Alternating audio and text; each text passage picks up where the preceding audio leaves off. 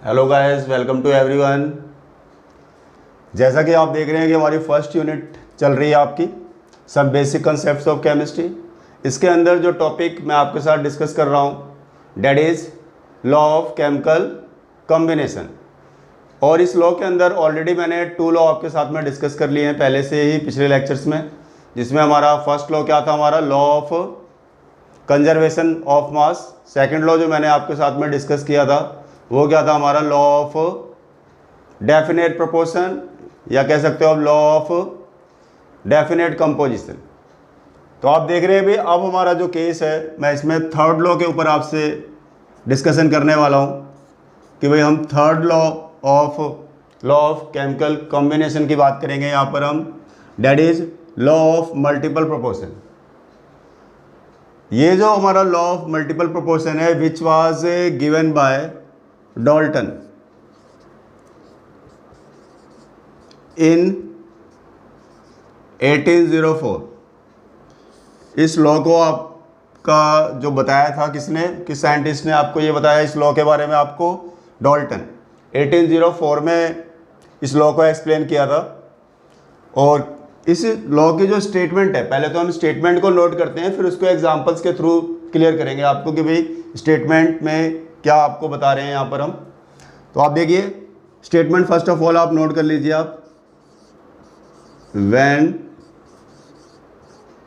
two elements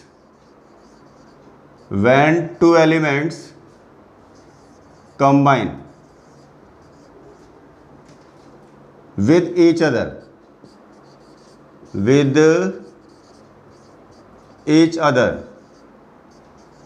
in different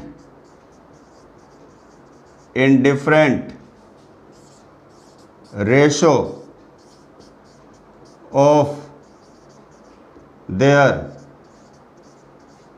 masses, then they form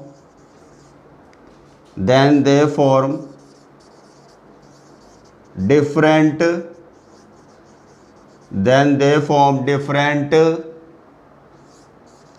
chemical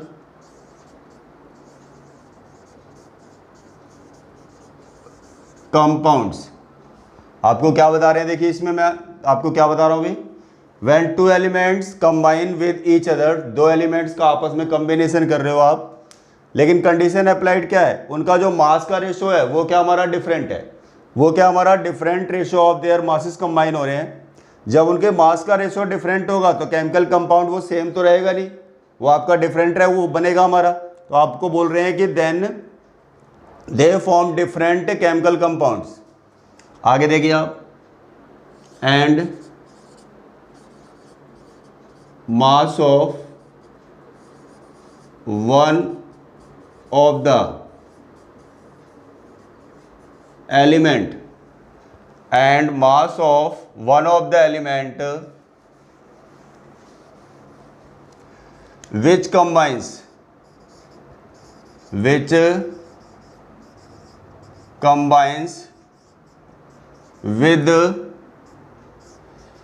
fixed mass of other element